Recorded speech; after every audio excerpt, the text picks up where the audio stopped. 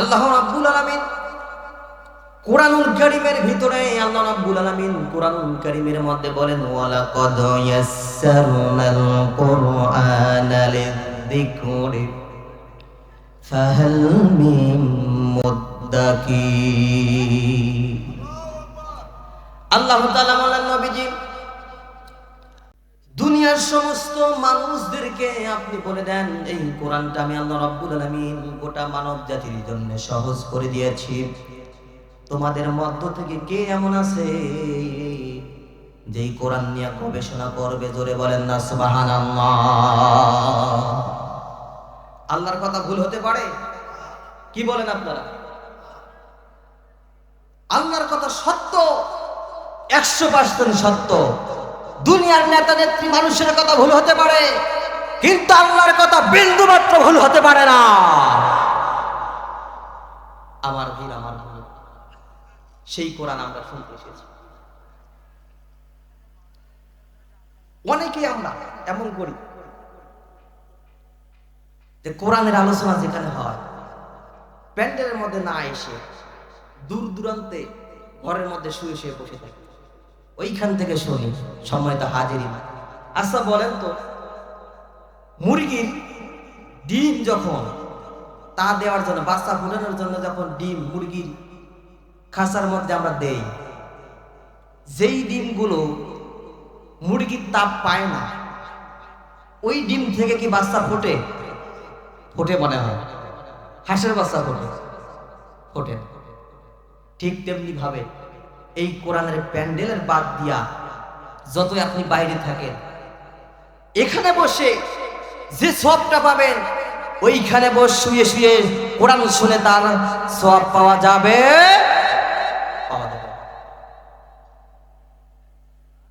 আমার ভাইরা, আমার বন্ধুগণ, এই কোরআনের যখন কোথাও কুরআনুল কারীমের আলোচনা হয়, বিশ্ব নবী বলেছেন কুরআনুল কারীমের যখন আলোচনা হয় ওই কুরআনুল কারীমের মঞ্চের মধ্যে, প্যান্ডেলের মধ্যে আল্লাহ রাব্বুল আলামিন রহমতের ফেরেশতা নাযিল করে দেন। আর ওই সমস্ত রহমতের ফেরেশতারা বান্দাদের জন্য মাগফিরাতের জন্য দোয়া করে। আল্লাহর নবী সাহাবী উসাইদ রাত্রি বেলায় কুরআনুল কারীমের আয়াত তেলাওয়াত করতেছেন।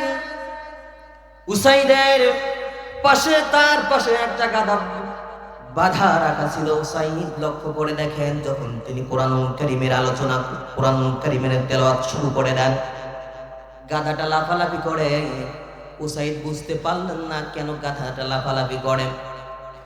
উসাইদ যখন তেলাওয়াতটা বন্ধ করে দিলেন, কুরআনুল কারীমের তেলাওয়াতটা যখন উসাইদ বন্ধ করে দিলেন, উসাইদ লক্ষ্য করে দেখেন গাধাটা সঙ্গে সঙ্গে থেমে গেল। উসাইদ আবার তেলাওয়াত শুরু করলেন, গাধাটা আবার লাফালাফি শুরু করলেন। এইরকম করে 3 বার উসাইদ রাদিয়াল্লাহু তাআলা আনহু 3 বার, একবার পড়েন, একবার বন্ধ করে দেন, ঘোড়া একবার যখন পড়েন লাফালাফি করে, বন্ধ করার সঙ্গে সঙ্গে কোরআন তেলাওয়াত বন্ধ করার সঙ্গে সঙ্গে ঘোড়ার লাফালাফি বন্ধ হয়ে যায়। উসাইদ আসমানের দিকে লক্ষ্য করলেন, লক্ষ্য করে তিনি দেখলেন, লক্ষ্য করলেন আর মনে মনে চিন্তা করলেন কেন ঘোড়া লাফালাফি করে, কি এমন ঘোড়ার হয়ে গেল, ঘোড়া কেন লাফালাফি করে, আকাশের মধ্যে দেখি কোনো কিছু আছে নাকি। উসাইদ রাদিয়াল্লাহু তাআলা আনহু লক্ষ্য করে দেখেন আকাশের মধ্যে অগ্নিশিখার মতো একটা মেঘ লক্ষ্য করা যায়। উসাইদ রাদিয়াল্লাহু তাআলা ভয় পেয়ে গেলেন, সকল হলে বিশ্ব নবীর কাছে গেলেন, বলেন ইয়া রাসূলুল্লাহ, ইয়া হাবিবাল্লাহ, এই ঘটনা। আল্লাহর নবী ডাক দিয়ে বললেন, উসাইদ তুমি কোরআন তেলাওয়াত থেমে দিয়েছো কেন?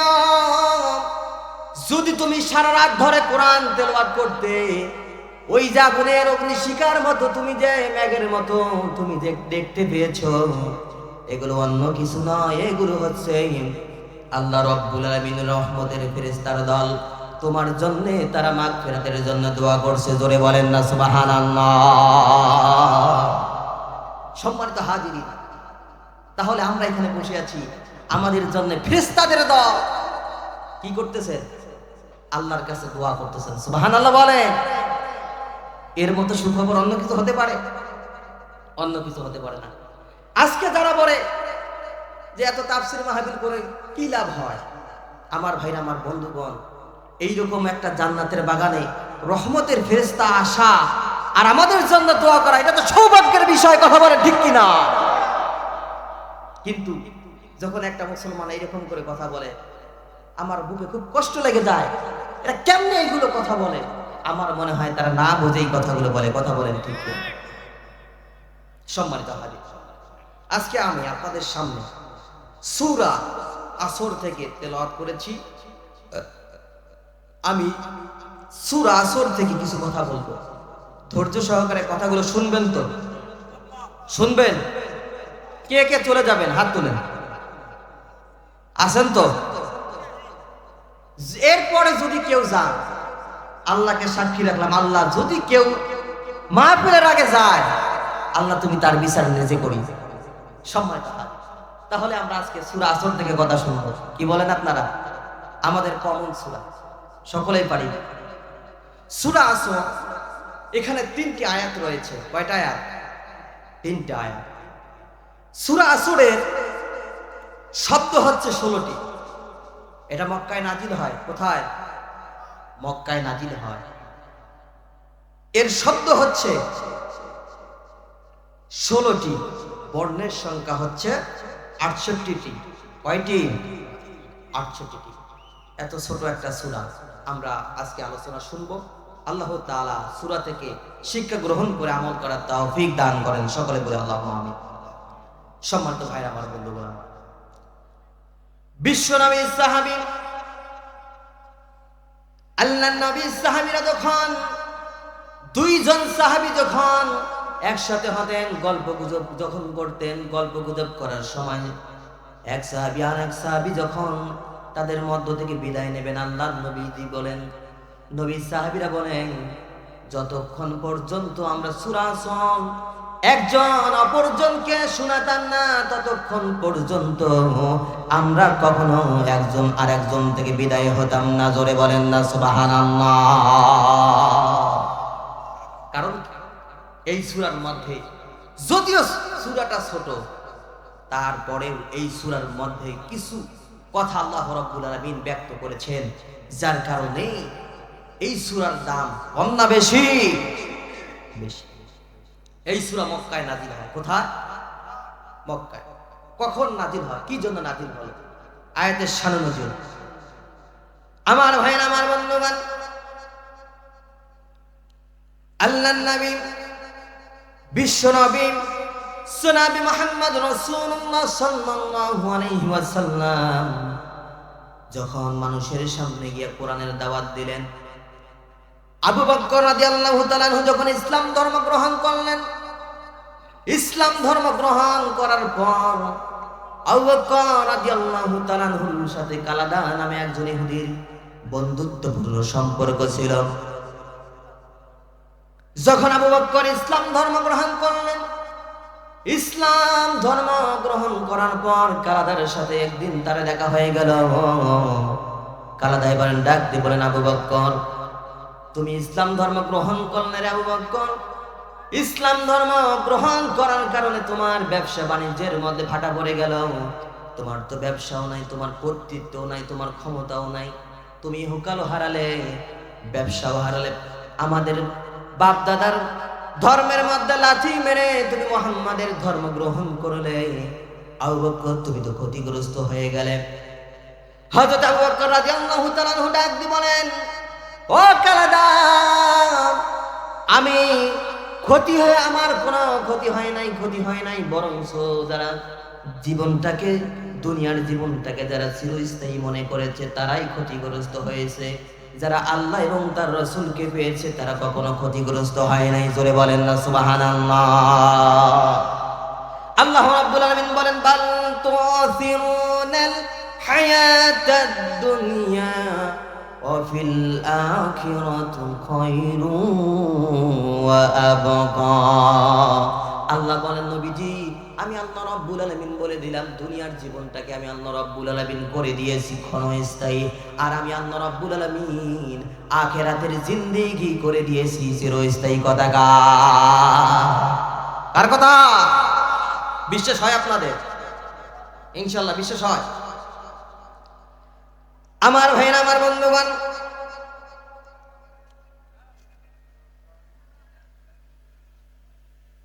আমার ভাইরা, আমার বন্ধুগণ, সেই জন্য সূরা আসর বেশি বেশি করে তেলাওয়াত করতে হবে।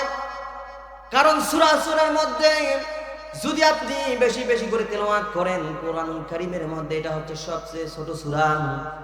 এর চেয়ে আরেকটা ছোট সূরা আছে, আর সবচেয়ে বড় সূরা হচ্ছে বাকারা। আল্লাহ রাব্বুল আলামিন বলেন ওয়াল আসরি, সময়ের কসম। আল্লাহ রাব্বুল আলামিন সময়ের কসম খেলেন, কারণ সময়টা হচ্ছে দামি। এই সময় যদি কেউ ভালো কাজে লাগায় তার জন্য ভালো ফল হবে, আর কেউ যদি এই সময়টা খারাপ সময়ের দিকে ধাবিত করে, খারাপ দিকে কাটায়, তার কখনো ভালো হবে না। এর জন্য সময়েরকে আল্লাহ রাব্বুল আলামিন গুরুত্ব দিয়েছেন। জোরে বলেন না সুবহানাল্লাহ। একজন শিক্ষার্থী তাকে যখন পরীক্ষা নেওয়া হয়, তার আগে 1 বছর 6 মাসের জন্য তাকে একটা সিলেবাস দেওয়া হয় বই সহকারে। ছাত্র যদি ভালো হয়, সে যদি ওগুলো পড়ালেখা করে, পরীক্ষার যখন শিক্ষকেরা নেবে, ওই ছাত্রটা পরীক্ষায় পাশ করবে কি করবে না? আর ছাত্র যদি বই পাওয়ার পর স্কুলেও যায় না, পড়াশোনাও করে না, আর পরীক্ষার সময় যদি পরীক্ষা নেওয়া হয়, আমার তো মনে হয় পরীক্ষার মধ্যে সে 0 ছাড়া কিছুই পাবে না। কথা বলেন ঠিক কিনা?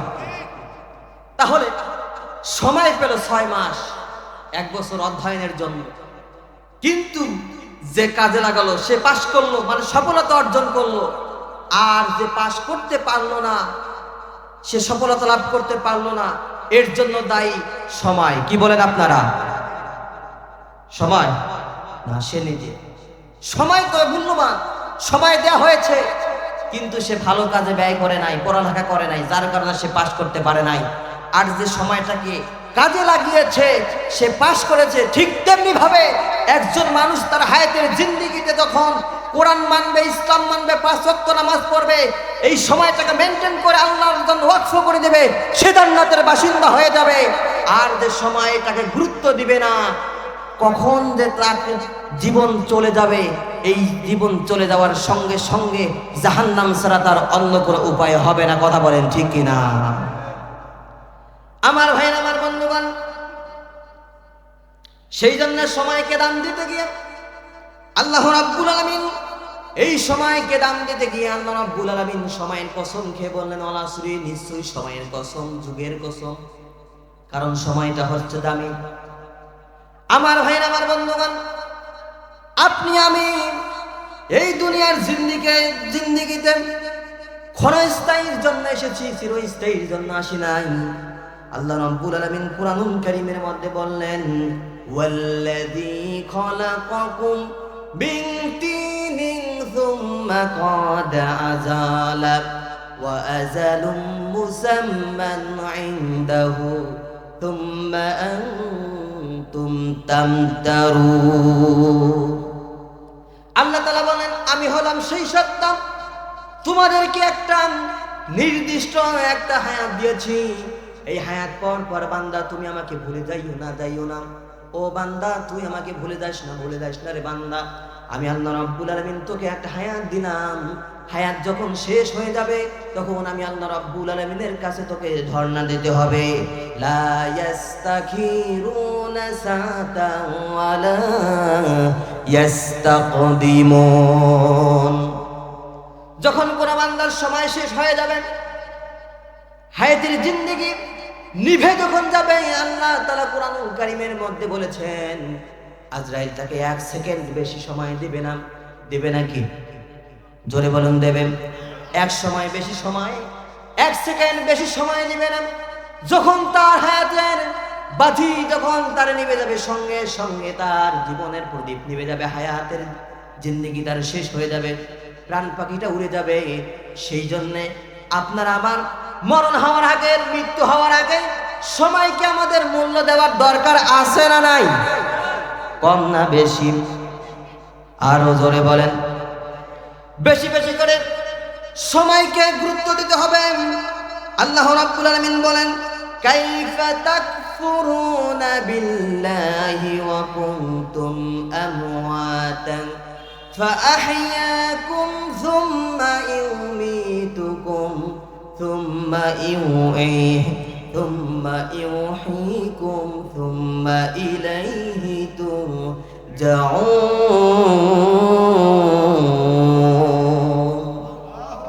আল্লাহ তাআলা বললেন, নবীজি কাইফা তাকফুরুনা বিল্লাহ, তোমরা কেমন করে আমি আল্লাহকে অস্বীকার করো? কার কথা? আমরা আল্লাহকে অস্বীকার করি কি করি না? জোরে বলেন। আল্লাহকে অস্বীকার করার অর্থ হলো, এ মুমিন ভাই আমার, বন্ধু আমার, আল্লাহর সাথে নাফরমানি করা।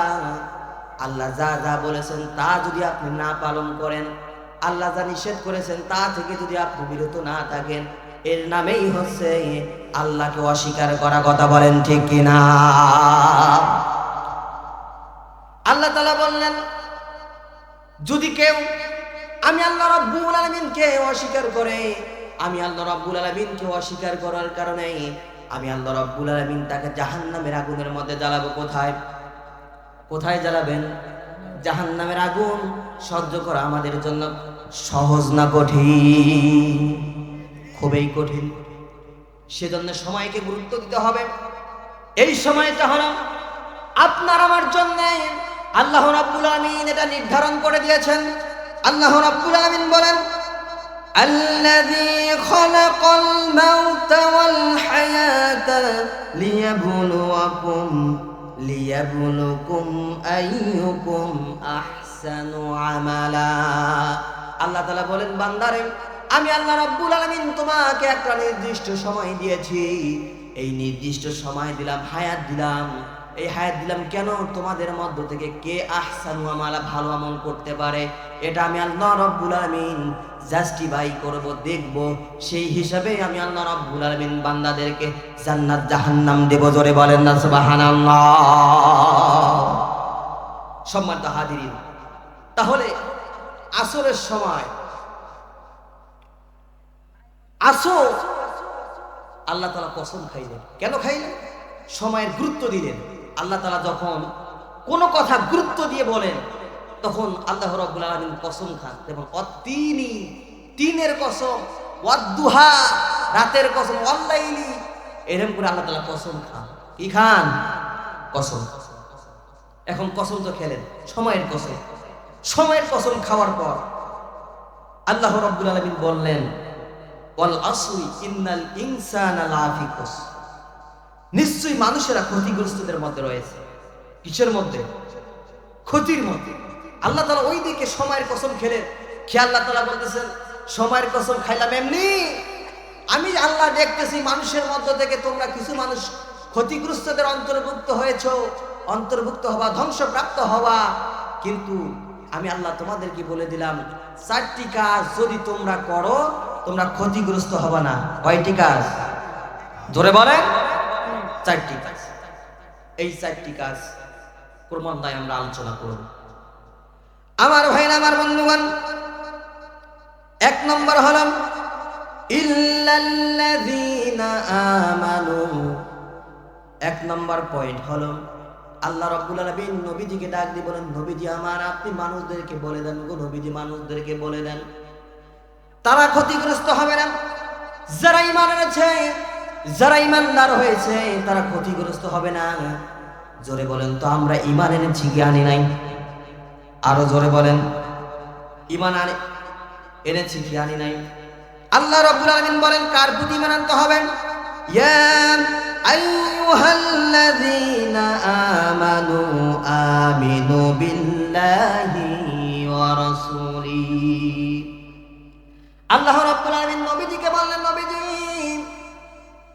আমি আল্লাহ রাব্বুল আলামিনকে ঈমানদারদেরকে বলে দিলাম, ও ঈমানদারেরা, ইয়া আইয়ুহাল্লাযীনা আমানু, ও হে যারা তোমরা ঈমান এনেছো, তোমরা আল্লাহ এবং তার রাসূলের প্রতি ঈমান আনো। কার প্রতি? আল্লাহ এবং তার রাসূলের প্রতি, তারপর আখিরাতের প্রতি, নবীর প্রতি, জান্নাত জাহান্নামের প্রতি, এরকম করে ঈমান আনতে হবে। আমার ভাইরা, আমার বন্ধুগণ, যার ঈমান নাই সে কখনো জান্নাত পাবে? আরো জোরে বলুন, পাবে? সে যদিও লক্ষ লক্ষ টাকা যদি ইসলামের জন্য যদি দান করে, তারপরেও জান্নাত পাবে, কারণ তার মাঝে কি নাই? কি নাই? ঈমানে নাই। সেই জন্য ঈমান আনতে হবে কার প্রতি? আল্লাহর প্রতি, রাসূলের প্রতি। আমার ভাইরা, আমার বন্ধুগণ, আমরা তো ঈমানদার বলে দাবি করি, আমরা এমন ঈমানদার, আমাদের সমাজের মধ্যে এমন ঈমানদার দেখতে পাই। আহারে মুসলমান বন্ধুরে, আমাদের সমাজের মধ্যে এমন ঈমানদার আছে, নাম রাখছে ঈমান আলী, কিন্তু এক ওয়াক্ত নামাজ পড়ে না, মুখ দিয়ে এমন অশ্লীল কথা, এমন কথাবার্তা বলে, তার ধার কাছেও যাওয়া যায় না, এমন ঈমান আলী আছে না নাই? সে কেমন ঈমানদার?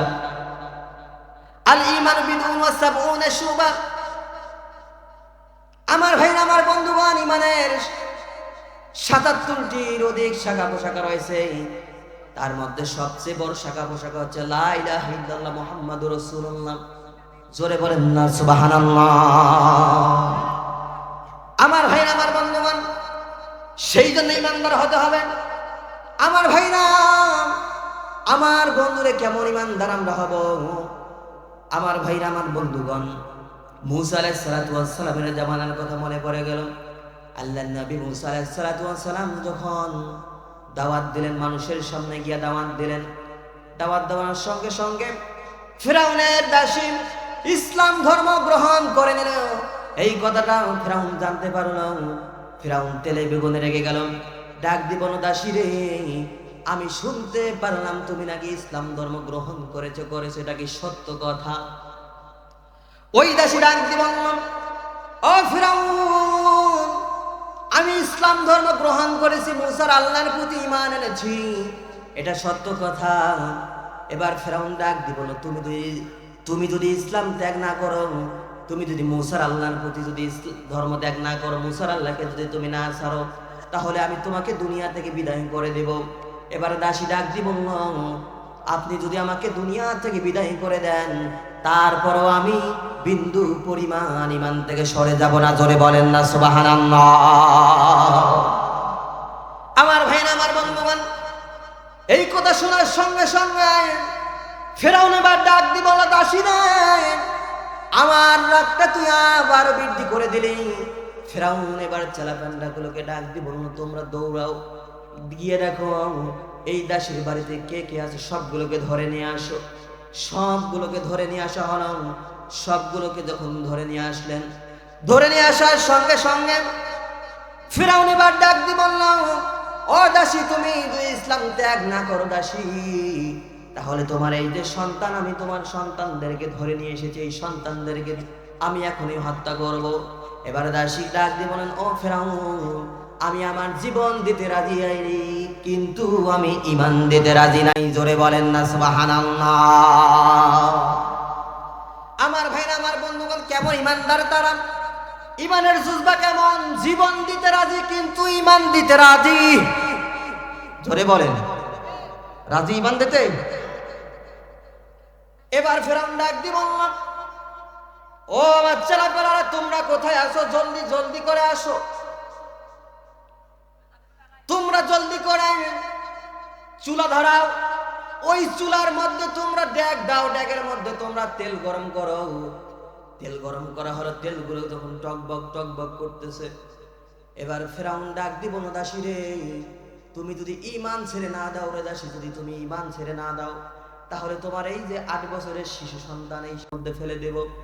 এবারে দাসী ডাক দিব, ও ফিরাউন, আমার সন্তানও যদি জীবন দেয়, আমার সন্তানকে তুমি যদি দুনিয়া থেকে বিদায় করো, তারপরেও আমি দাসী ঈমান ত্যাগ করব না। জোরে বলেন না মারহাবা। প্রথম সন্তানকে, 8 বছরের সন্তানকে দুনিয়া থেকে বিদায় করে দিলাম। এবার ফিরাউন ডাক দিব, না দাসী রে, এই যে তোমার 6 মাসের একটা কোলের সন্তান, এই কোলের সন্তানকে আমি দুনিয়া থেকে বিদায় করে দেব, তুমি ইমানটা ছেড়ে দাও। দাসী ডাক দিব, না না না, আমি ইমান ছাড়তে পারবো না। আমার প্রথম সন্তানকে তুমি দুনিয়া থেকে বিদায় করেছ, আমার এই সন্তানকেও তুমি যদি দুনিয়া থেকে বিদায় করে দাও, তারপরেও আমি ইমান থেকে এক বিন্দু পরিমাণ সরে দাঁড়াবো না। এই সন্তানকেও দুনিয়া থেকে বিদায় করে দিলাম। দুই সন্তান যখন দুনিয়া থেকে বিদায় হয়ে গেল, এবার ফেরাউন ডাক দিব, দাসী রে, তোমার দুইটা সন্তানকে আমি দুনিয়া থেকে বিদায় করে দিলাম, এবার তোমার পালা, তুমি ইমান ছাড়বা কিনা বলো। তোমার কি জীবনের মায়া নাই, মহব্বত নাই, ভালোবাসা নাই? ফেরাউনের কথা শুনে দাসী এবার ডাক দিব, ও দাসী রে। ফেরাউনের কথা শুনে দাসী ডাক দিব, ও ফেরাউন, আমার দুইটা কন্যা সন্তানকে দুনিয়া থেকে বিদায় করে দিয়েছেন। আপনি যদি আমাকে যদি দুনিয়া থেকে বিদায় করে দেন, তারপরেও আমি বিন্দু পরিমাণ ইমান থেকে বিচ্যুতি হব না। জোরে বলেন না সুবহানাল্লাহ। দাসীকেও দিলের মধ্যে ছেড়ে দিল। সম্মানিত ভাইরা আমার, বন্ধুগণ আমার, ইমান আনার কারণে জীবন দিল, কিন্তু ইমান দিল না। কথা বলেন ঠিক কিনা? কিন্তু আমরা এমন ইমানদার বলে দাবি করি, এমন মুসলমান বলে দাবি করি। আমাদেরকে যখন ইসলামের জন্য, কোরআনের জন্য যখন ডাকা হয়, আপনার আমার মতো ইমানদার মার্কা কিছু মুনাফিক ইসলামের বিরুদ্ধে আচরণ করে হুজুরদের, আলেমদের বিরুদ্ধে হুঙ্কার করে আসে না।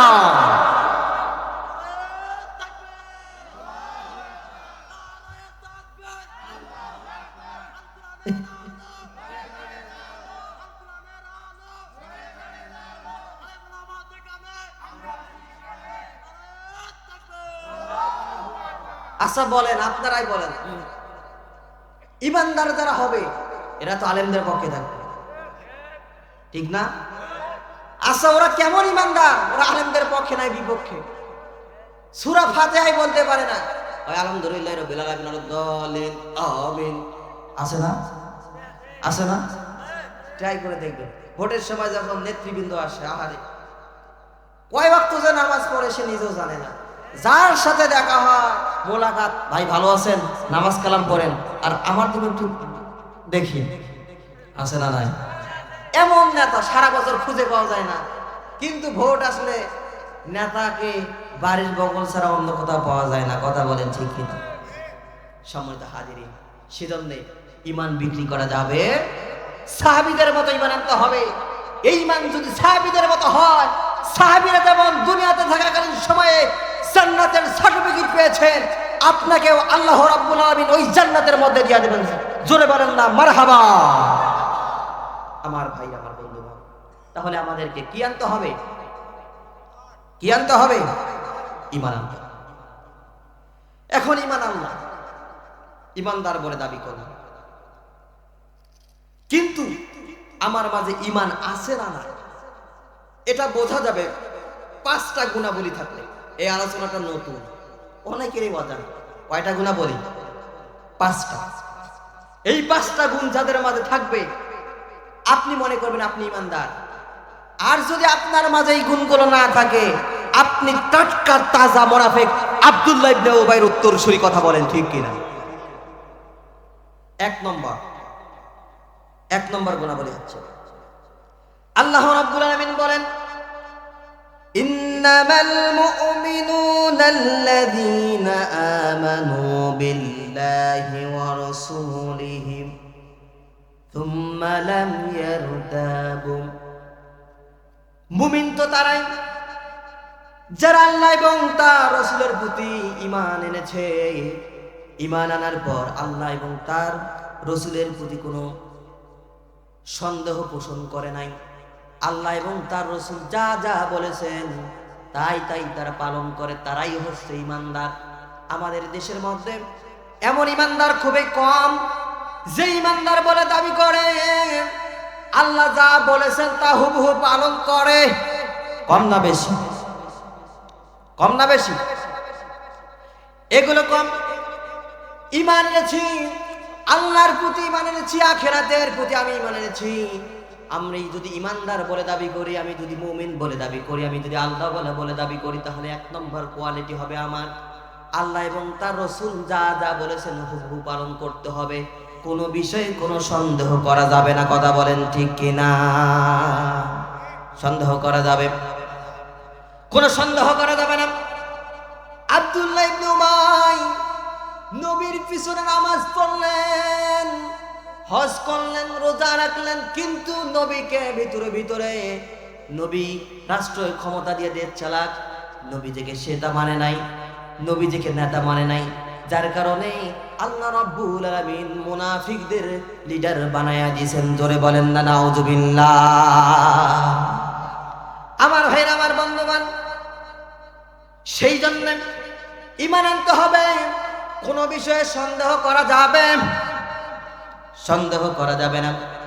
আমার ভাইরা, আমার বন্ধুগণ, আল্লাহর এক নবী সাহাবী, আল্লাহর নবী সাহাবী আব্দুল্লাহ এখন পর্যন্ত ঈমান আনেন নাই।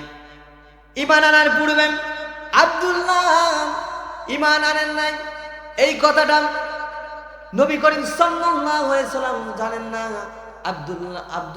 আব্দুল উজ্জা যখন ঈমান আনলেন, ঈমান আনার সঙ্গে সঙ্গে চাচা বললেন, ও আব্দুল উজ্জা, তুমি নাকি ঈমান এনেছো? আব্দুল উজ্জা ডাক দিয়ে বললেন, তুমি নাকি ঈমান এনেছো? এই কথা শোনার সঙ্গে সঙ্গে আব্দুল উজ্জার চাচা ডাক দিয়ে বলল, ভাতিজা আব্দুল উজ্জা, তুমি ঈমান এনেছো, ঈমানটা ছেড়ে দাও, ঈমানটা ছেড়ে দাও। যদি তুমি ঈমানটা না ছেড়ে দাও, তাহলে আমি তোমাকে যা যা দিয়েছি সব কিছু আমি ফেরত নেব। তোমাকে আমি যা দিয়েছি সব কিছু আমাকে দিতে হবে। আব্দুল উজ্জা ডাক দিয়ে বলে, চাচা, ঈমান এনেছি, এটাই তো আমার অপরাধ। এই অপরাধের কারণে আপনি আমাকে যা যা দিয়েছেন সব কিছু খুলে নেবেন, সব কিছু কেড়ে নেবেন। নেন, আমি সব কিছু দিতে আসি, তারপরেও আমি ঈমান দিতে রাজি নাই। আমার ভাইরা, আমার বন্ধুগণ, এই কথা শোনার সঙ্গে সঙ্গে আব্দুল উজ্জার চাচা এবার ডাক দিব না, ওরে আব্দুল উজ্জা, তোমাকে আমি একটা কথা বলে দেই, তোমার কাছ থেকে আমি তো সব সম্পদ নেব।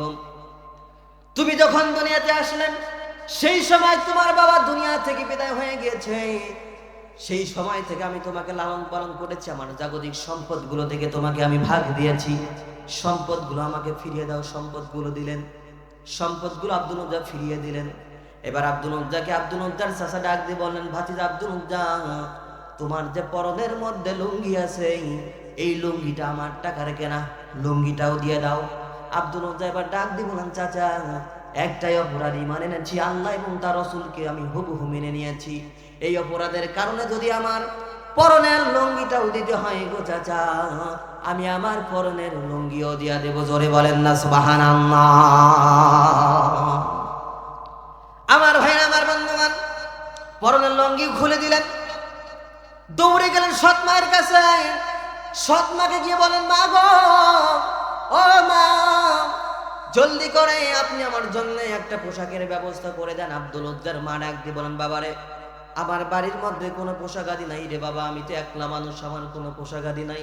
কিন্তু রে বাবা, আমার বাড়ির মধ্যে একটা কম্বল আছে, ওই কম্বলটা তোমাকে দিতে পারি। আব্দুল উজ্জা ডাক দিয়ে বলেন, মা গো, ও মা, ওই কম্বলের অর্ধেক টুকরা আপনি নেন, আর অর্ধেক টুকরা আমাকে দেন। আব্দুল উজ্জার মা ডাক দিয়ে বললেন, ও বাবা, কি হয়েছে? আব্দুল উজ্জা ডাক দিয়ে বলেন, মা গো, ঈমান আনার কারণে আমার চাচা আমার পরনের লুঙ্গিটাও কেড়ে নিয়েছে মা। পরনের মধ্যে আমার কিছু নাই, কিছু নাই গো মা।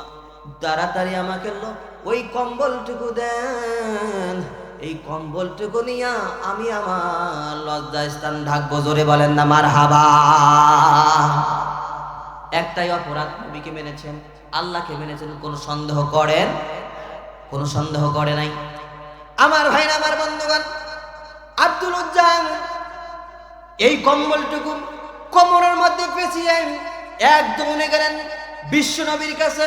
মাকে বললেন, মা গো, তোমার সাথে আর দেখা হবে কিনা জানি না মা, কিন্তু আমি চলে গেলাম আমার নবীর কাছে, কারণ যে নবীকে আমি মেনেছি, যেই নবীকে মানার কারণে আমার পরনের লুঙ্গিও চলে গিয়েছে, সম্পদও চলে গিয়েছে মা, আমার কোনো দুঃখ নাই।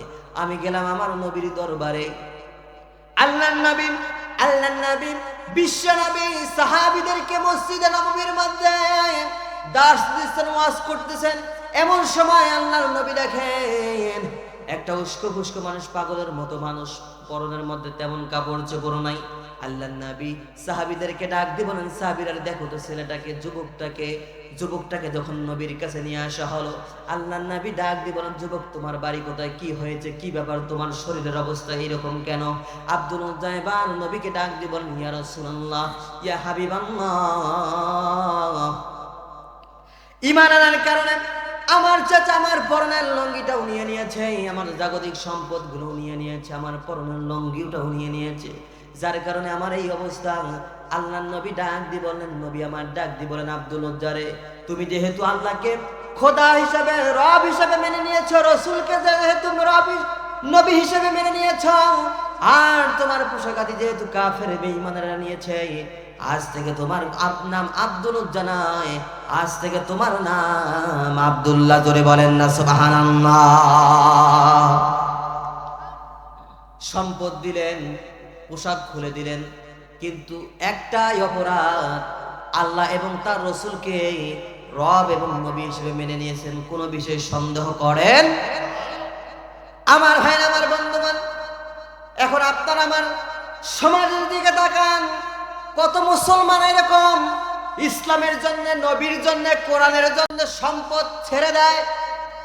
আছে আছে নাকি? আছে নাই?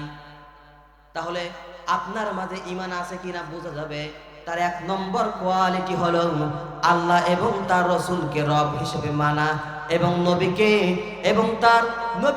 রসুল হিসেবে মানার পর কোনো বিষয়ে সন্দেহ করা যাবে। যারা সন্দেহ করবে তারা ঈমানদার নয়, আর যারা সন্দেহ করবে না তারাই হচ্ছে ঈমানদার। তারা কি ঈমানদার? আমার ভাই, আমার বন্ধুগণ, 2 নম্বর গুণ হচ্ছে, আল্লাহ রাব্বুল আলামিন বলেন, ইন্নাল্লাযীনা ক্বালু রাব্বুনাল্লাহ সুম্মা ইসতাকামু, যারা আল্লাহ এবং তার রবকে মেনে নিয়েছে এবং আল্লাহ এবং তার রাসূল যে পথে চলতে বলেছে সেই পথে চলে, আল্লাহ তাআলা যে পথে চলতে বলেছেন সেই পথে যারা চলে, বাঁকা পথে চলে না। কোন পথে চলে না? কোন পথে? বাঁকা পথে তারা চলে না। আল্লাহ এবং তার রাসূলকে রব হিসেবে মেনে নিয়েছে এবং তার উপর ইস্তেকামাত রয়েছে, অবিচল রয়েছে, তারাই হচ্ছে মুমিন, তারাই হচ্ছে ঈমানদার। আমাদের মধ্যে যারা আল্লাহ এবং তার রাসূলকে পাওয়ার পর যারা তাদের উপরে আল্লাহ এবং রাসূলের উপরে অবিচল রয়েছে, মানে কোরআনের পথে রয়েছে, কোরআনের উপরেই অবিচল রয়েছে, হাদিসের উপরে অবিচল রয়েছে, তারাই হচ্ছে ঈমানদার। আর যারা কোরআন এবং হাদিসের মধ্যে অবিচল নাই, কোরআন এবং হাদিস অনুযায়ী নিজের জীবনটাকে গড়ে না, তারা কখনো ঈমানদার হতে পারে না। কথা বলেন ঠিক কিনা? এ ভাই, আপনি চলে যান কেন? কোথায় যান? আল্লাহ তো দেখতেছেন। এইখানে ওয়াদা দিয়ে যদি যান, আল্লাহ তো দেখতেছেন। কি বলেন আপনারা? আমার ভাইরা, আমার বন্ধুগণ, 3 নম্বর গুণাবলী হচ্ছে, আল্লাহ রাব্বুল আলামিন বলেন, ইন্নামাল মুমিনুনা আল্লাযীনা ইযা যুকিরাল্লাহু ওয়াজিলাত কুলুবুহুম ওয়া ইযা তুলিয়াত আলাইহিম আয়াতুহু যাদাতুহুম ঈমানাও ওয়া আলা রাব্বিহিম ইয়াতাওয়াক্কালুন।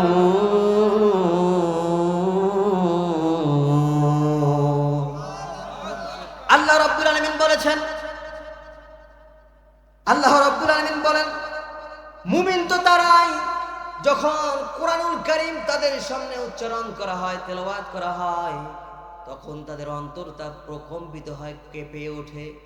আপনি ঈমানদার বলে দাবি করেন, আপনি মুমিন বলে দাবি করেন, হ্যাঁ আপনি মুমিন তখনই হবেন যখন কোরআনুল কারীমের আলোচনা শুনলে, কোরআনুল কারীমের তেলাওয়াতগুলো শুনলে আপনার অন্তরে প্রকম্পিত হয়, কেঁপে ওঠে, আল্লাহর ভয়ে কেঁপে ওঠে। আর যারা মনোযোগ সহকারে কোরআনুল কারীমের আলোচনাগুলো শুনে আল্লাহ রাব্বুল আলামিন বললেন তারাই হচ্ছে মুমিন। জোরে বলেন না সুবহানাল্লাহ। আমার ভাইরা, আমার বন্ধুগণ, আমার প্রশ্ন, যেই সমস্ত মুসলমান নামধারী মুনাফিকরা বড় তাফসীর মাহফিল করে কি লাভ? আমার প্রশ্ন তাদের কাছে, কোরআনুল কারীমের আয়াত যেখানে তেলাওয়াত করা হয়, ঈমান যেখানে বৃদ্ধি পায়, এটা যাদের শুনলে গায়ে জ্বালা পোড়া করে, আপনাকে আমি বলতে চাই আপনি আপনার ঈমান আছে কিনা আগে পরীক্ষা করেন। কথা বলে ঠিক কিনা? তাহলে যখন কোরআনুল কারীমের আয়াত আপনার সামনে তেলাওয়াত করা হবে, মুমিনের ৩ নম্বর পরিচয় হচ্ছে মুমিন তো তারাই আয়াত শোনার সঙ্গে সঙ্গে তাদের অন্তরটা প্রকম্পিত হবে, অন্তরটা নেড়ে উঠবে। জোরে বলেন না সুবহানাল্লাহ। কটা গুণাবলী পাইলাম? ৩। আমার ভাইরা, আমার বন্ধুগণ, এটা হচ্ছে মুমিনের গুণাবলী। কাফেরদের গুণাবলী হচ্ছে কি? আল্লাহ রাব্বুল আলামিন বলেন, وقال الذين كفروا لا تسمعوا لهذا القرآن والغوا فيه لعلكم تغلبون।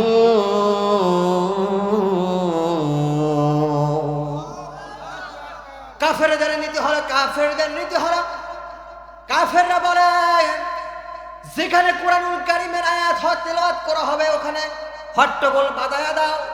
কি বাঁধায়া দাও? হট্টগোল বাঁধায়া দাও, যাতে করে কোরআনুল কারীমের আলোচনা সেখানে হতে না পারে। আমার ভাইরা, আমার বন্ধুগণ, এটা হচ্ছে কাফেরদের পরিচয়। কাফের যারা তারা এরকম করে। আর মুমিনদের পরিচয়, মুমিনের সামনে কোরআনুল কারীমের আয়াত তেলাওয়াত করলে ঈমান বৃদ্ধি পেয়ে যায়, অন্তরটা প্রকম্পিত হয়। তাহলে ঈমানদার কোরআন শুনলে অন্তর প্রকম্পিত হয়, আর কাফেরদের কোরআন শুনলে গায়ের মধ্যে জ্বালা পোড়া লাগে। কথা বলেন ঠিক কিনা? আমার ভাইরা, আমার বন্ধুগণ, কাফেররা চেষ্টা করেছিল, কোরআনকে দমিয়ে রাখতে পারে নাই। বিশ্বনবী জনাব মুহাম্মদ রাসূলুল্লাহ সাল্লাল্লাহু আলাইহি ওয়াসাল্লাম যখন কাফের বেঈমান সহ যখন নবীজি আমার তেলাওয়াত করলেন, কোরআনুল কারীম যখন তেলাওয়াত করতেছেন, কাফের বেঈমানরা আইন পাশ করলো, মুহাম্মাদের কোরআন শুনতে যাওয়া যাবে না, বরঞ্চ যেখানেই মুহাম্মদ কোরআনের দাওয়াত দেবে হট্টগোল বাঁধায় দেবে, বন্ধ করে দেবে। আবু জাহেল উতবা সাইবা মুগীরা আইন পাশ করলো, বিল পাশ করলো। যে আবু জাহেল উতবা সাইবা মুগীরা বিল পাশ করলো, আল্লাহর নবী বিশ্ব নবী জনাবে মুহাম্মদ রাসূলুল্লাহ সাল্লাল্লাহু আলাইহি সাল্লাম, আমার নবীজি যখন রাতের মধ্যে কোরআনুল কারীম তেলাওয়াত করেন, সেই আবু জাহেল উতবা সাইবা মুগীরা গিয়েছেন নবীজির কোরআন শুনতে যখন গিয়েছেন, সারা রাত কোরআন শুনলাম। কোরআন শোনা শেষ হয়ে গেল, ভোর যখন হয়ে গেল, আবু জাহেল লক্ষ্য করে দেখেন উতবা কোরআন শুনতে এসেছে। উতবা লক্ষ্য করে দেখেন আবু জাহেল কোরআন শুনতে এসেছে। এবার আবু জাহেল উতবাকে ডাক দিয়ে বলে, নেতা, আগামীকাল তুমি পার্লামেন্টের মধ্যে আইন জারি করলে মুহাম্মাদের কোরআন শুনতে যাবা না, এখন নিজেই কোরআন শুনতে আসছো। উতবা এবার ডাক দিয়ে বলে, আবু জাহেল, তুমি তো বললে মুহাম্মাদের কোরআন বন্ধ করতে হবে, আইন তুমি নিজেও পাশ করলে, তুমি তো উত্থাপন করলে বিল, আবার আজকে তুমি কোরআন শুনতে আসলে, এর কারণ কি? আবু জাহেল এবারে ডাক দিয়ে বলে, শোনো রে উতবা, শোনো, মুগীরা শোনো, মুহাম্মদ যা বলে সত্য করে। মুহাম্মদ যখন কোরআনুল কারীম তেলাওয়াত করে, তখন আমার মনটা এত আনন্দিত হয়, এত মনটা ভরে যায়, কোরআন না শুনে আমার বিন্দু মাত্র ভালো লাগে না। কথা বলেন না, কথা ঠিক কিনা? কাফের বেঈমান বাধা দিল, আবার কোরআন শোনার জন্য গেল। আর আমার দেশের মধ্যে মুসলমান, নামধারী মুসলমান, এরা নিজেরাও কোরআন শুনতে চায় না, পারে না, বরঞ্চ অন্য মুসলমানদেরকে কোরআন শুনতে দেয় না। কথা বলেন ঠিক কিনা? বিরোধিতা করে, আবু জেহেল, উতবা, সাইবা, মুগীরা, তাইতেদের, এরা হলো নিকৃষ্ট কথা বলেন ঠিক কিনা? পার্লামেন্ট আইন পাস করে আবার কোরআন শুনতে যায়, আর এরা নামধারী মুসলমান নিজেরা কোরআন শোনে না, বরঞ্চ মানুষকে কোরআন শুনতে দেয় না। সম্মানিত ভাইরা, আমার বন্ধুগণ, কি বলি, ভাষা খুঁজে পাই না। তাহলে মুমিনের 3 নম্বর গুণাবলী কি? 3 নম্বর গুণাবলী কি? যখন কোরআনুল কারীমের আয়াত তেলাওয়াত করা হবে, সঙ্গে সঙ্গে তাদের ঈমান বৃদ্ধি পেয়ে যাবে। 4 নম্বরে আল্লাহ রাব্বুল আলামিন বলেন, ওয়াল্লাযীনা আমানু আশাদ্দু হুব্বান লিল্লাহ। আল্লাহ রাব্বুল আলামিন মুমিনের 4 নম্বর গুণাবলী বলেছেন, যারা আল্লাহ এবং তার রাসূলকে বন্ধু হিসেবে মেনে নিয়েছে। কাকে? আল্লাহ। কি আমার হয় না আমার বন্ধুগণ, এখন আপনি নিজেকে প্রশ্ন করেন, আপনি কি আল্লাহকে বন্ধু হিসেবে মেনে নিতে পেরেছেন? আল্লাহ রাব্বুল আলামিন বলেন, আলা ইন্না আউলিয়া আল্লাহি লা খাউফুন আলাইহিম ওয়া লা হুম ইয়াহজানুন।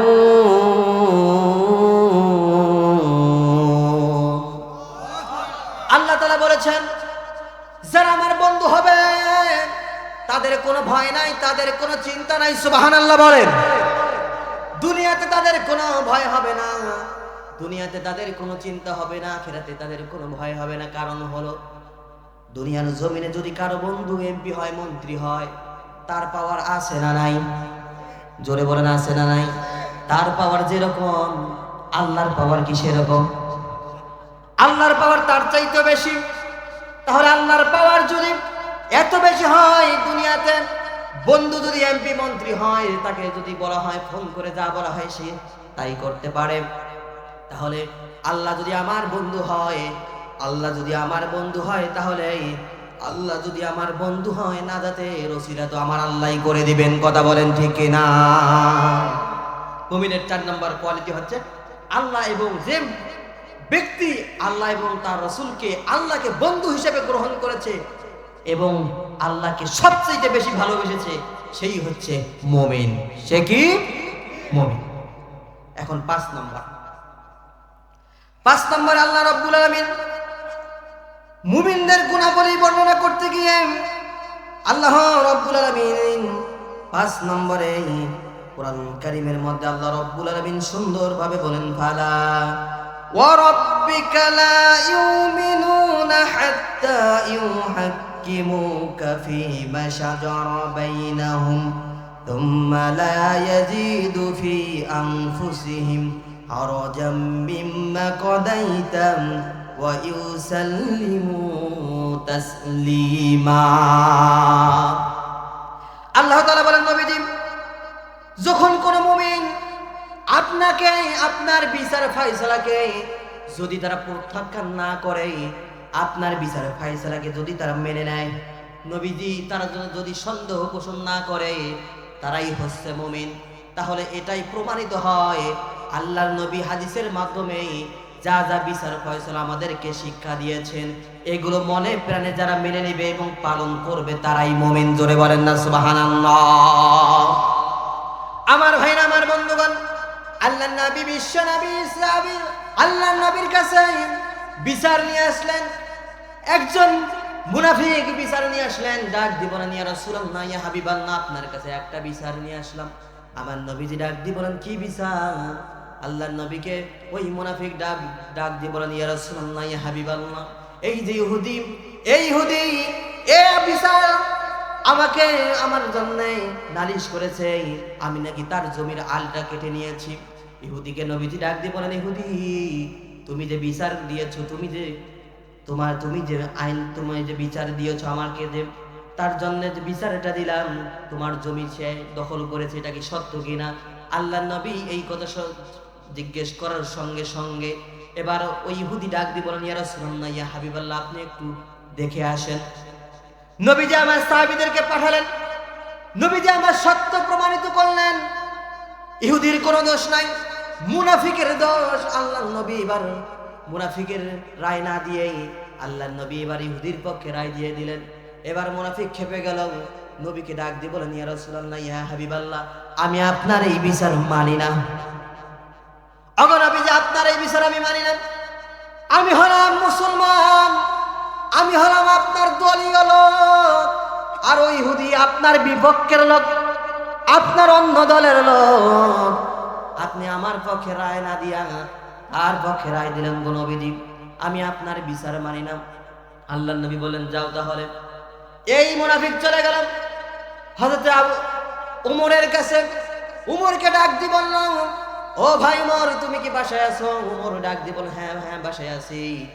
উমরকে ডাক দিয়ে বলেন, উমর, একটা ফয়সালা দিতে হবে, বিচার করতে হবে। বলে, কিসের বিচার? বললো, এইরকম বিচার। আল্লাহর নবী সাহাবী উমর ডাক দিয়ে বলেন, তোমরা প্রথমে বিচার করার জন্য কার কাছে গিয়েছিলেন? ওই মুনাফিক ডাক দিয়ে বলল, বিচার দেওয়ার জন্য, আমরা বিচার করার জন্য নবীর কাছে গিয়েছিলাম। ওমর ডাক দিয়ে বলল, আল্লাহর নবী কি বিচার করেছেন? ওমর এই কথা বলার সঙ্গে সঙ্গে ওই মুনাফিক ডাক দিয়ে বলল, আল্লাহর নবী আমার পক্ষে রায় না দিয়া, আমি হলাম মুসলমান, আমি হলাম তার দলীয় লোক, আমার পক্ষে রায় না দিয়া ইহুদির পক্ষে রায় দিল। হয়তো তোমার ডাক দিয়ে বলেন, এখন কি চাও? মুনাফিক ডাক দিয়ে বলল, বিচার করে দেন, ফয়সালা করে দেন। হযরত ওমর ডাক দিয়ে বললেন, বিচারে যদি করতে হয় আমাকে একটু ঘরে যেতে হবে। ঘর থেকে এসে লম্বা তরোয়ার দিয়ে মুনাফিকের মাথাটা দ্বিখণ্ডিত করে দিলেন, আর বললেন, যে বিশ্ব নবীর বিচার মানে না, তার দুনিয়াতে থাকার বিন্দু মাত্র প্রয়োজন নাই, বিন্দু মাত্র তার সুযোগ নাই। জোরে বলেন না সুবহানাল্লাহ। সম্মানিত ভাইরা আমার, বন্ধুগণ আমার, তাহলে 5 নম্বর মুমিনের গুণাবলী হচ্ছে আল্লাহ এবং তার রাসূল যা বিচার ফয়সালা দিয়েছেন তা হুবহু মানতে হবে, এর 19-20 করা যাবে। এটাই হচ্ছে ঈমান। এই 5টি গুণ যাদের মাঝে আছে তারাই হচ্ছে ঈমানদার। তারা কি? তাহলে 1 নম্বর কোয়ালিটি ঈমান। 1 নম্বর কি? 4 গুণাবলী ব্যক্তি ধ্বংসপ্রাপ্ত হবে না। সূরা আসরের তাফসীর, তার 1 নম্বর হচ্ছে যারা ঈমান এনেছে। আর ঈমান যাদের মাঝে আছে তার থেকে 5টা কোয়ালিটি, তা আমি আপনাদের সামনে যখনভাবে উপস্থাপন করলাম। সম্মানিত হাজিরিন, এখন পরের দিকে চলে যাচ্ছি। আল্লাহ রাব্বুল আলামিন পরে বললেন, ওয়া আমিলুস সলিহাত, নেক আমল করতে হবে। কোন আমল? নেক আমল করতে হবে। আমার ভাইরে, ও মুরব্বী বাবারা আমার, নেক আমল বেশি বেশি করে করতে হবে। আল্লাহ রাব্বুল আলামিন কোরআনুল কারীমের অন্য আয়াতের মধ্যে বলেন, ইন্নাল্লাযীনা আমানু ওয়া আমিলুস সলিহাতি কানাত লাহুম জান্নাতুল ফিরদাউসি নুজুলা। আল্লাহ তাআলা বলেন, নবীজি মানুষদেরকে বলে দেন, ঈমান আনার পর নেক আমল যেন তারা করে। আর নেক আমল করলে আমি আল্লাহ রাব্বুল আলামিন তার জন্য সবচাইতে বড় জান্নাত, জান্নাতুল ফিরদাউস, আমি আল্লাহ রাব্বুল আলামিন তাকে দিয়া দিব। সুবহানাল্লাহ বলেন। এই জান্নাত যাওয়ার দরকার আছে না নাই? আরো জোরে বলেন, আছে না নাই? সেই জন্য নেক আমল বেশি বেশি করে করতে হবে। আমার ভাইরা, নেক আমল বেশি বেশি করে করতে হবে। নেক আমল যদি আপনি করেন, কেন আপনি নেক আমল করবেন? আল্লাহ রাব্বুল আলামিন বলেন, মান আমিলা সালিহান ফালিনাফসিহি ওয়া মান আসাআ ফাআলাইহা। আল্লাহ বলেন, নবীজি, যে মানুষটা কোনো ভালো কাজ করলো, বান্দা যেন তার নিজের জন্য এই ভালো কাজটা করলো। আর যে বান্দা কোনো খারাপ কাজ করলো, খারাপ কাজটা বান্দার তার নিজের মঙ্গলের জন্য করলো। ভালো কাজ করলে আমার লাভ, আর খারাপ কাজ করলে আমার ক্ষতি। কথা বোঝা যায়? ভালো কাজ করলে কার লাভ? কার লাভ? আমার লাভ। আর খারাপ কাজ করলে আমার ক্ষতি, আমার নিজেরই ক্ষতি, শয়তানের লাভ। এই বাবা ভালো মাছ বুঝছে, শয়তানের লাভ। আমার ভাই, আমার বন্ধুবান, ভালো কাজ বেশি বেশি করে করতে হবে। আল্লাহ রাব্বুল আলামিন কোরআনুল কারীমের মধ্যে ইমানদারদেরকে ঈমান আনার পর বেশি বেশি করে ভালো কাজ করতে বলেছেন। নামাজ পড়া ভালো কাজ, রোজা করা ভালো কাজ, হজ করা ভালো কাজ, যাকাত দেওয়া ভালো কাজ, পর্দা করা মনে হয় খারাপ কাজ। কি বলেন আপনারা? ভালো কাজ, যাকাত দান করা ভালো না মন্দ? যখন মানুষের সামনে দান চাওয়া হয়, টাকা চাওয়া হয়, পয়সা চাওয়া হয়, কিছু কিছু মানুষ বুকটা বেজার করে বলে, হুজুর এতক্ষণ লাইনে ছিলেন, এখন বেলাইনে আসছেন, সব দিতে রাজি আছি হুজুর, আমি আমার টাকা দিতে রাজি না। আছে না নাই? আমার ভাই, আমার বন্ধুগণ, ভালো কাজ করতে হবে, বেশি বেশি করে ভালো কাজ করতে হবে। আল্লাহর নবী, বিশ্ব নবী সাহাবীদেরকে বললেন, সাহাবীরা রে, তোমরা ভালো কাজ বেশি বেশি করে করবে, কারণ ভালো কাজ করলে জান্নাতুল ফেরদাউস। কারণ কি? আল্লাহর নবী একদিন সাহাবীদেরকে ডাক দিয়ে বলেন, সাহাবীরা তোমরা শোনো শোনো, তোমরা যখন নামাজের মধ্যে তোমরা যখন দোয়া করবা রে সাহাবীরা, দোয়া করার সঙ্গে সঙ্গে সর্বপ্রথম তোমরা জান্নাতুল ফেরদাউসের জন্য দোয়া করবা। সুবহানাল্লাহ বলেন। আমার ভাইরা, আমরা দোয়া করার সময় কয়জন আগে জান্নাতুল ফেরদাউসের জন্য দোয়া করি? কথা বলেন ঠিক কিনা? জন্মের মতো চাই, আল্লাহ আমার টাকা নাই, পয়সা নাই, রোগ বালাই, আল্লাহ সবকিছু সমাধান করে দাও। কিন্তু আল্লাহর নবী হাদিসের মধ্যে বলেন, সাহাবীরা সর্বপ্রথম তোমরা আল্লাহর কাছে দোয়া করবা, জান্নাতুল ফেরদাউসের জন্য দোয়া করবা। সাহাবীরা ডাক দিয়ে বলেন, নবী কেন কেন জান্নাতুল ফেরদাউসের জন্য কেন সবার আগে দোয়া করব? আল্লাহর নবী সাহাবীদেরকে ডাক দিয়ে বলেন, সাহাবীরা তোমরা শোনো শোনো, আমার সাহাবীরা শোনো, জান্নাতুল ফেরদাউস হলো এমন একটা জান্নাত, আল্লাহ রাব্বুল আলামিন যতগুলো জান্নাত সৃষ্টি করেছেন, এই জান্নাতগুলোর মধ্যে জান্নাতুল ফেরদাউস হচ্ছে সবচেয়ে বড় জান্নাত। সুবহানাল্লাহ বলেন। শুধু তাই না রে সাহাবীরা, শুধু তাই না, এই জান্নাতুল ফিরদাউসের উপরে আমার আল্লাহ তাআলার আরশ। সুবহানাল্লাহ বলেন। আপনি যদি জান্নাতুল ফিরদাউসে থাকেন আর আপনার উপরে যদি আল্লাহ থাকে, আল্লাহর সাথে আপনার বন্ধুত্ব ভালো হবে না খারাপ হবে? তাহলে এক নম্বর হলো ঈমান আনতে হবে, দ্বিতীয় নম্বর হলো আমল করতে হবে, আমলে সালেহ। কোন আমল? কোন আমল? ভালো আমল, নেক আমল। আমার ভাইরা, আমার বন্ধুগণ, সেই জন্যই ভালো আমল বেশি বেশি করে করতে হবে। ভালো আমলের জন্য আপনাকে কাজ করতে হবে। আমার ভাইরা, আমার বন্ধুগণ, আল্লাহ রাব্বুল আলামিন বলেন, কুনতুম খায়রা উম্মাতিন উখরিজাত লিন-নাস তা'মুরুনা বিল মা'রুফি ওয়া তানহাউনা 'আনিল মুনকার। আল্লাহ রাব্বুল আলামিন বলেন, নবীজি আমি আল্লাহ রাব্বুল আলামিন কুরআনুল কারীমের মধ্যে আমি আল্লাহ রাব্বুল আলামিন আরো বলে দিলাম, আল্লাহ তাআলা বলেন, ওয়াল তাকুম মিনকুম উম্মাতুন ইয়াদউনা ইলাল খায়রি ওয়া ইয়া'মুরুনা বিল মা'রুফি ওয়া ইয়ানহাউনা 'আনিল মুনকার। সুবহানাল্লাহ বলেন। আল্লাহ তাআলা বলেন, নবীজি ভালো কাজে মানুষদেরকে আদেশ দিতে হবে। নবীজি মানুষেরা যেন ভালো কাজে আদেশ দেয় আর খারাপ কাজে যেন বাধা দেয়। খারাপ কাজে কি দিতে হবে? বাধা দিতে হবে। এটা হচ্ছে আমলে সালেহ।